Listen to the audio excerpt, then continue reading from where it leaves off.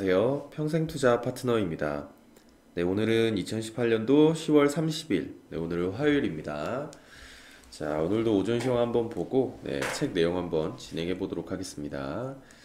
자, 오전 시황 같이 한번 읽어보도록 할게요. 이미 그 글로 먼저 보셨을 거라고 생각합니다. 한번 그냥 더 짚어드린다라고 생각해 주시면 좋을 것 같고요.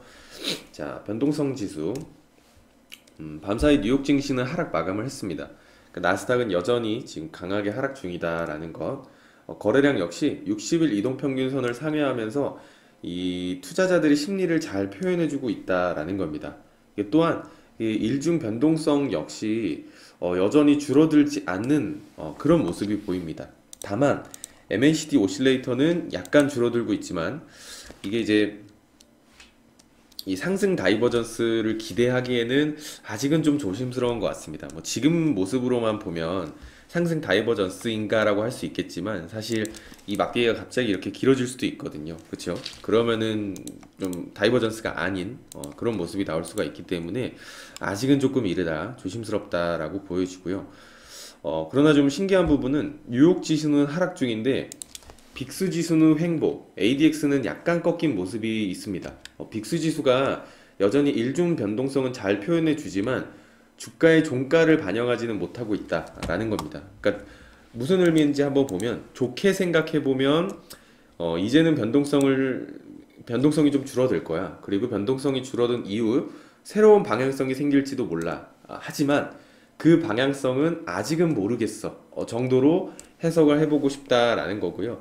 부정적으로 생각해 보면 아직 눈치 보기를 하는 중이니 그 에너지가 혹시 하락으로 향한다면 그 하락은 힘이 더욱 강해질 거야 라고 또 생각을 해볼 수가 있고요.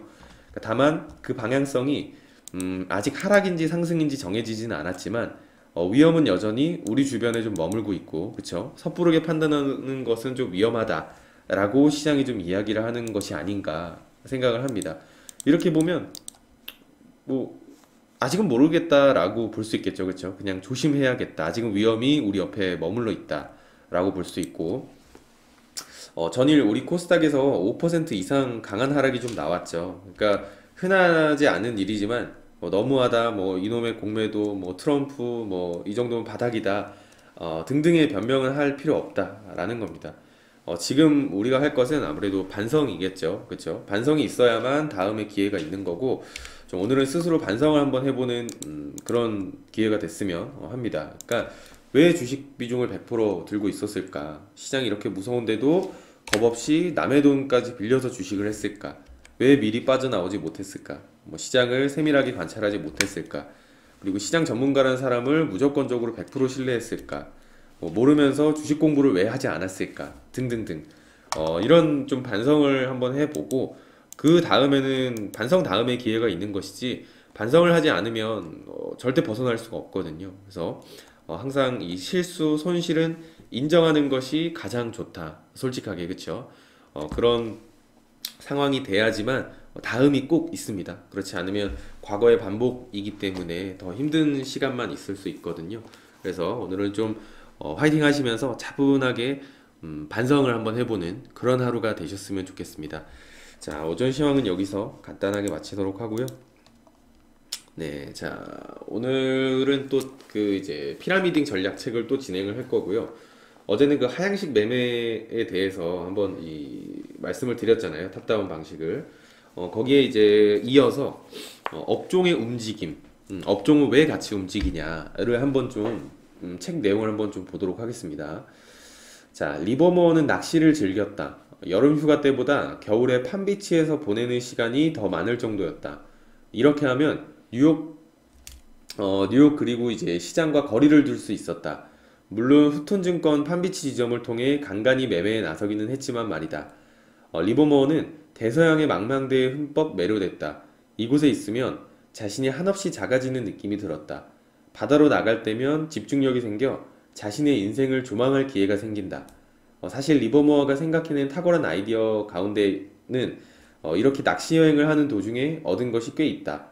쿠바에서 노바스코샤까지 이어진 세계 최대의 해저역곡을 따라 판비치에서 키웨스트로 항해하면서요 많은 생각을 했고 또 많은 아이디어를 얻었다라는 겁니다.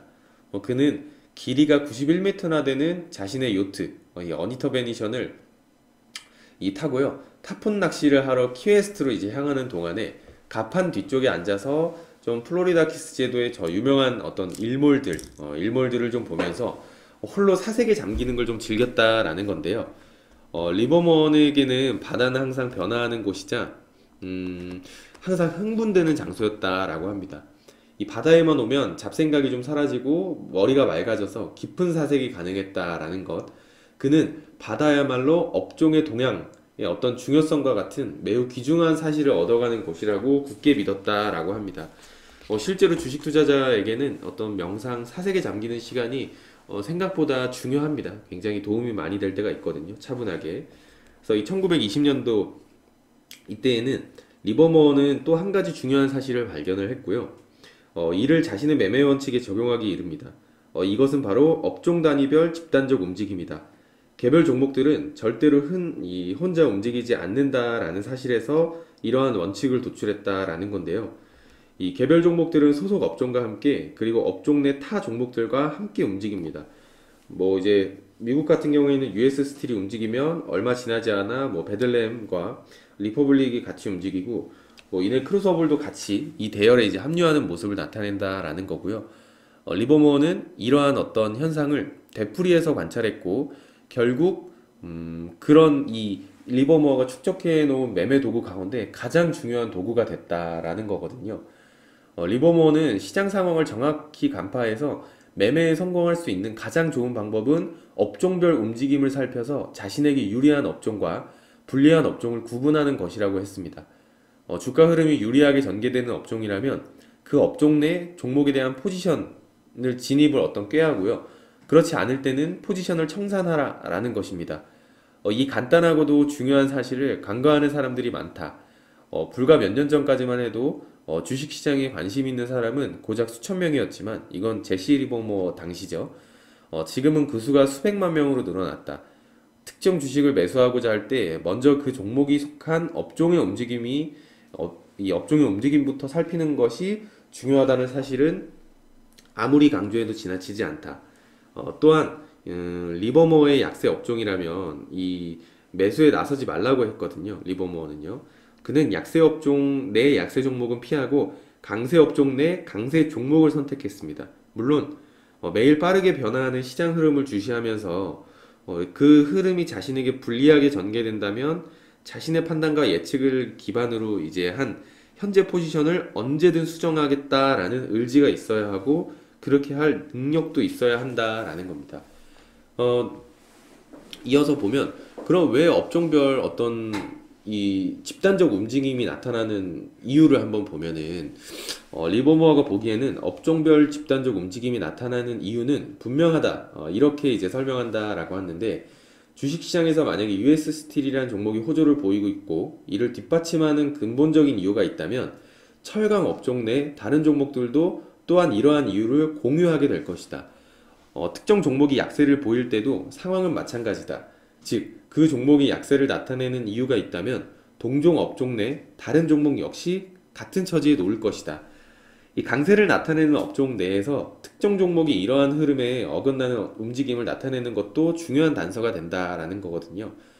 즉, 다른 종목은 소속 업종과 함께 가격이 상승하는데 유독 한 종목의 하락세를 나타낸다고 하자.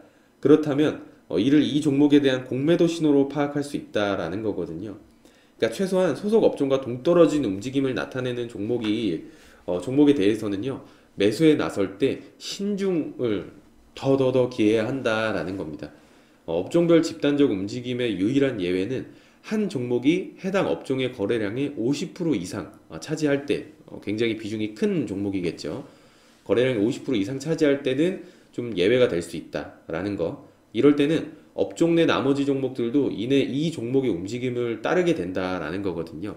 그러니까 아까 말했듯이 많은 종목들이 이제 움직이게 되면은 그 종목을 따라가게 되는데 예외가 되는 거는 만약에 다른 종목들은 상승하는데 거래량의 50% 이상 차지하는 아주 큰 종목이 만약에 하락 방향으로 튼다. 그러면은 보통 나머지 종목들이 이 종목을 따라가게 된다라는 것을 의미하는 거거든요.